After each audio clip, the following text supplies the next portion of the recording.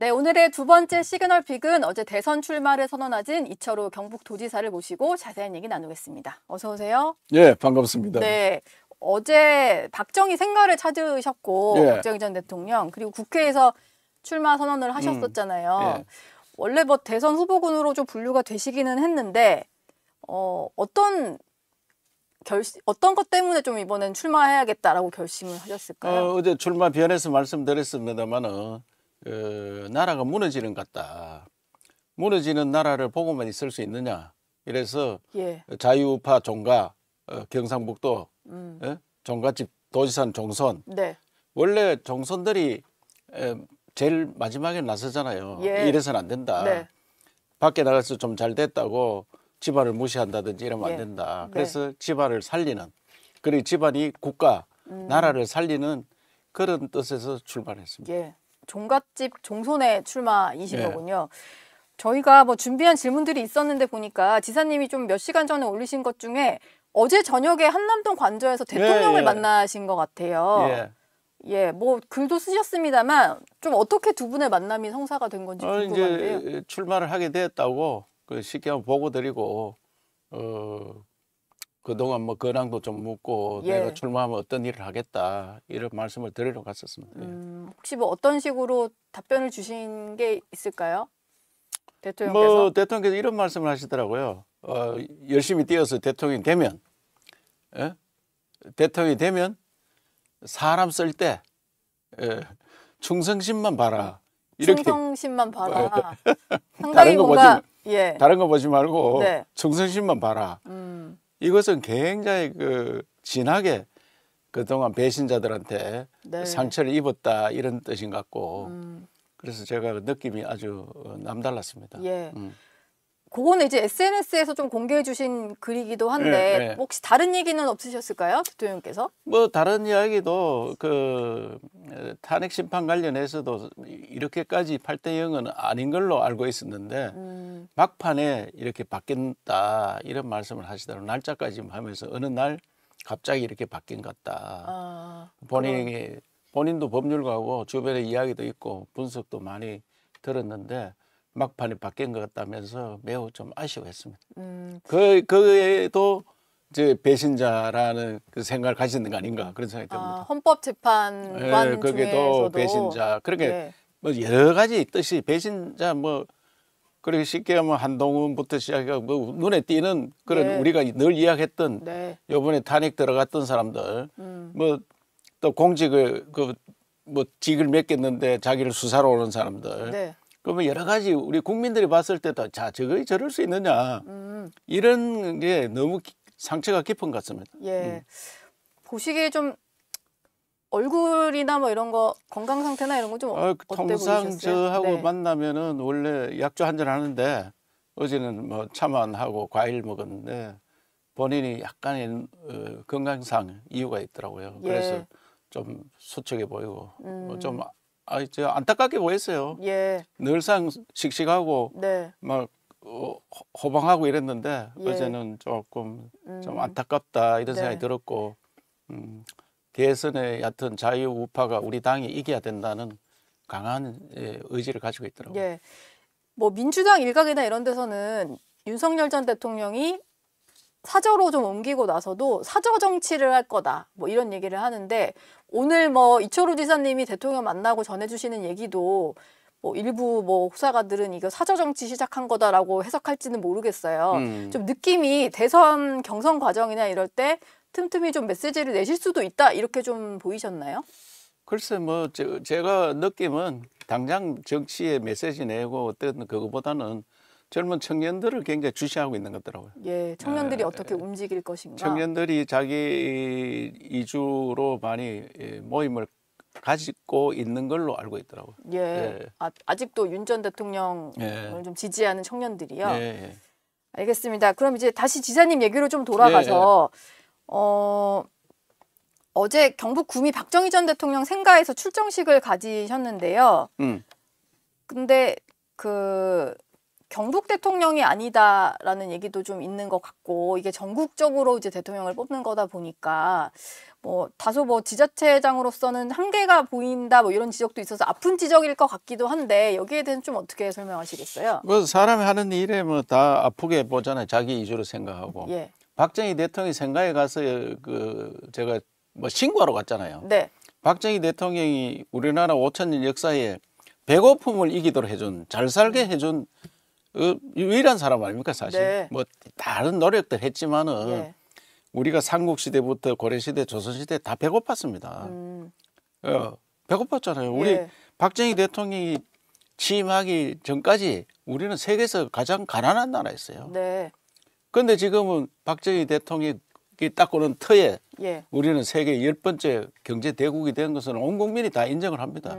그러면 박정희 대통령이 경북에 있다고 경북의 선거가 아니다. 네. 이렇게 폄하하면은 예. 그러면 이순신 장군한테 가면 그러면 그 이순신 장군이 어디 사람이에요?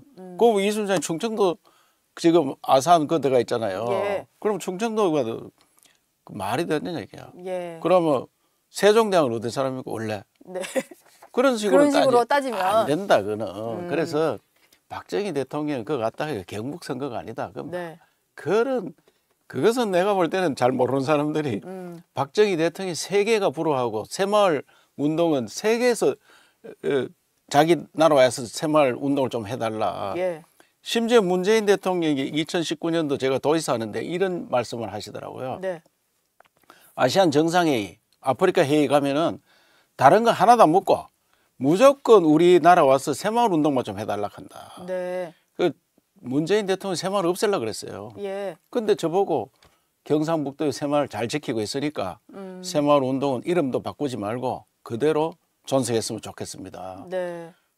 끝내려고 했는 사람들도 그렇게 생각하는 거예요. 전 예. 세계가 부러워하는 그런 박정희 대통령을 경북 사람이라 한정하면 어떻게 네. 하느냐. 알겠- 세계 속의 박정희입니다, 사실은. 세계 속의 박정희 전 예, 대통령이다. 예.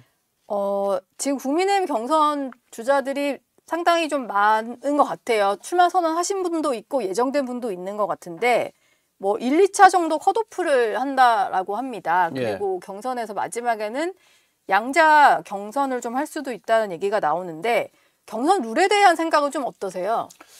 그런데 우리 당 후보들이 뭐 원희룡 후보도 출마 포기했다고 하고 예. 내가 아는 지방 정부 단체장들도 몇 사람 이름은 거론됐는데 등록 안 할 것 같고 아, 그러시군요. 그래서 실제로는 그렇게 경쟁이 안 높을 것 같아요. 아, 지금 뭐 거의 예. 한 20명 가까이라고 얘기가 아니, 나왔는데 실제 그거는 등록은 또 등록은 내가 볼 때는 그렇게 안 할 거예요. 안 네. 하고. 예.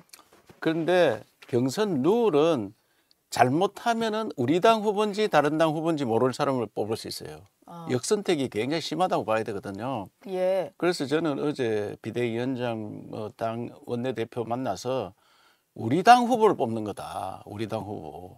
자유우파의 정신이 충실한 사람 뽑아야 되지.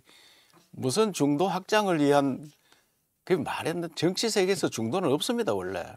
판단이 유보된 분들은 있지만 예. 그분들이 자유우파에서 옳은 후보가 나오고 옳은 정책이 나오면 이쪽으로 오고 좌파들이 옳은 정책이 나오고 옳은 인물이 나오면 그쪽으로 가는 거예요. 네. 그래서 그 중간지대에 가서 살려고 하다 보면 다 죽는 거예요.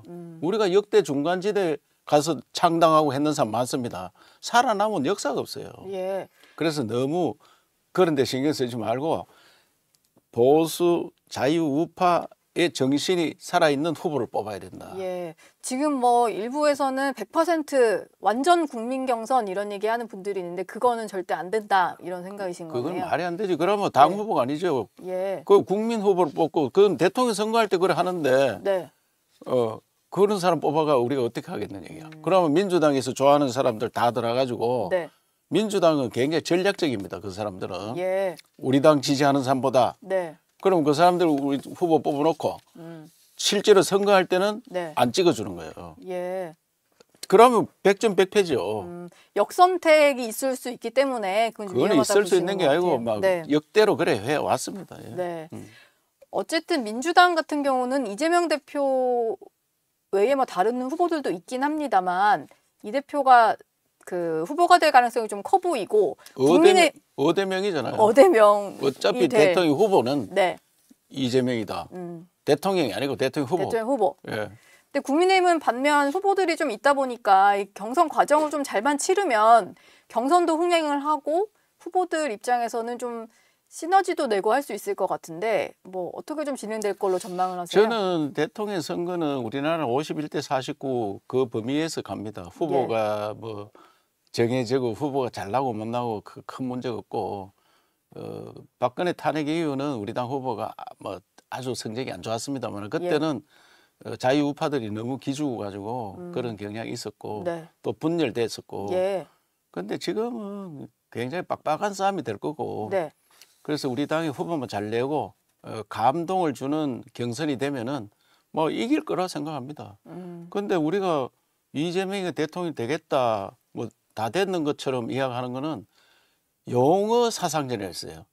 연성 사상전. 네. 계속 그런 식으로 이야기하다 보면 자유우파들이 아이고 내가 가봐야 어차피 안 될 거 이 투표에 덜 참여하는 거예요. 아, 우리가 이긴다 예. 이런 생각을 가지고 투표를 해야 되는데 그래서 이 자유우파가 패배적인 이런 사상전에 걸리는 예. 그래서는 안 된다. 그래서 감동적인 경선을 하고 또 새로운 인물이 나오면 지금까지 여론조사 여러 번 했는데 이재명한테 늘 지는 사람들 그거 나가면 이거 끝났는 거 아니냐 이래 되잖아요. 네. 그리고 저 같은 사람 아직 1대1 경쟁을 안 해봤으니까 나 같은 사람은 이제 숨은 보석이 나왔네. 감동적이고 예. 그러다 보면 이재명을 딱 붙여놓으니까 이긴다. 이런 선거가 될 가능성이 큽니다. 뭐 숨은 보석 예. 이라고 표현을 하셨는데 이런 질문이 좀 어쩔지 모르겠습니다만 어쨌든 지금 후보가 많다 보니까 이 중에서 누구 한 명이 좀 국민의힘에서는 결정이 될 텐데요. 예. 만약에 이철호 지사님이 보시기에 내가 아닌 후보를 좀 후보가 이제 본선 후보가 된다면 어떤 사람이 좀 됐으면 나도 이 사람은 도울 수 있겠다. 좀 적합해 보인다 하시는 후보가 있을까요? 그 뭐 그만하고 다 알려진 후보들이기 때문에 예. 제가 이어서 거론하기는 곤란하지만 누가 되더라도 도와야 됩니다. 누가 네. 되더라도. 예. 우리 당에 누가 되더라도 적극적으로 도와야지. 내가 되면 더 좋겠고 네. 내가 되면은 그 사람들 다 돕도록 해야 되고 예. 그 중에 누가 되더라도 우리는 힘을 합쳐야 됩니다. 예. 지금 근데 탄핵 찬성, 탄핵 반대로 좀 나뉘어 있는 상황이다 보니까 탄핵에 찬성했던 사람이 만약에 후보가 된다면 예. 도울 수 있을 거냐 뭐 이런 얘기들이 벌써부터 좀 나오는 것 같아요. 탄핵 찬성했는 사람들이 후보가 된다 하는 것은 상상이 안 되죠. 후보 자체가 안 될 것 같으세요? 안 되죠. 그래가지고 우리 당이 무너지는 거죠. 왜냐하면 탄핵을 찬성한 사람들이 우리 당을 배신했는 거 아니에요, 사실. 예. 우리 윤석열 대통령이 탄핵 소추를 안 했으면 헌법 재판이 필요 없는 건 아닙니까? 네. 왜 우리가 우리 눈을 찔러가지고 이런 어려움을 당하고 있나 이게. 그래서 탄핵 찬성파가 후보가 된다는 것은 저는 상상이 안 됩니다. 예. 예. 알겠습니다. 그건 당이 아니라고 생각하죠. 알겠습니다. 지사님께 마지막 질문을 좀 드릴게요. 국민의힘에서 출마 선언을 하신 분이 유정복 인천시장과 이제 이철호 지사님이 있으시고 이번 주 일요일에는 오세훈 서울시장도 출마를 선언할 예정인데 지자체장들 중에 시장이나 뭐 도지사직을 던지고 출마하시겠다는 분은 홍준표 시장 말고는 없는 것 같아요. 그러다 보니까 그 기간 동안은 연차를 쓰셔야 돼서 행정 공백 우려가 좀 있는데 좀 우려하시는 경북 도민들도 있을 것 같으니까 거기에 대해서 조금 설명을 해주시죠. 그런데 시도지사들이 통상 휴가를 연간 한 20일 쓸 수 있어요. 예. 그런데 대충 안 갑니다. 못 갑니다. 그 뭐 근무 시간 내에 근무도 어렵고 8시부터 뭐 8시간 근무한다. 이런 규정을 지킬 수도 없고 네. 뭐 시도지사는 그 365일 224시간 근무하는 늘 체제로 갑니다. 비상대기니까. 언제든지 뭐 비상이 걸려도 가고 누구나 네. 전화 받으면 만나야 되고 그런 체제 하에서 한 20일 정도 비 온다 해가 뭐 20일 비 올지 며칠 비 올지 모릅니다. 초장이 떨어지면 며칠 되지도 않고 그래서 그것 때문에 무슨 행정에 뭐 지장이 있다. 그렇다고 이어 나와 있어도 행정을 못하는 거 아니에요. 지도자가 무슨 일이 생겼다 하면은 어떻게 처리해라 전화로 다 일할 수 있습니다. 네. 저는 과거에 책을 읽어서 출근하지 마라. 답은 현장에 있다. 예. 그 꼭 출근하고 책상에 앉아서 일하는 게 아닙니다.